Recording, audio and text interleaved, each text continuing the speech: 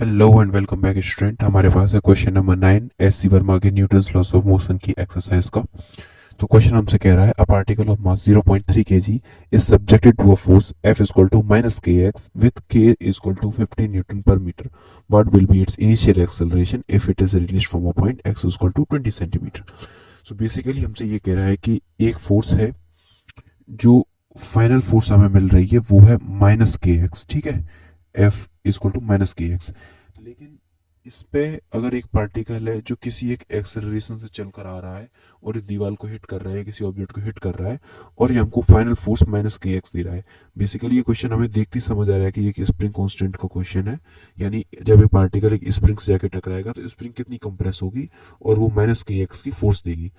तो हमें फाइनली ये दिख रहा है कि अगर एक पार्टिकल जिसका मास 0.3 kg है वो एक एक्स अपने एक्सेलरेशन से आएगा और अगर किसी ऑब्जेक्ट को हिट करेगा तो उसमें माइनस के एक्स की फोर्स एक्सर्ट करेगा। तो ये दोनों फोर्स हमें इक्वल करनी है सिंपली।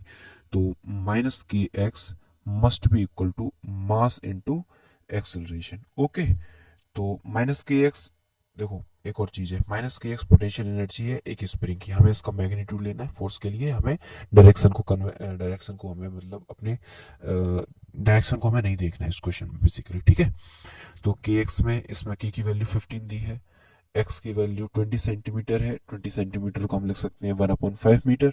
ओके, मास हमें 0.3 गिवन है और एक्सेलरेशन हमारे पास ए है।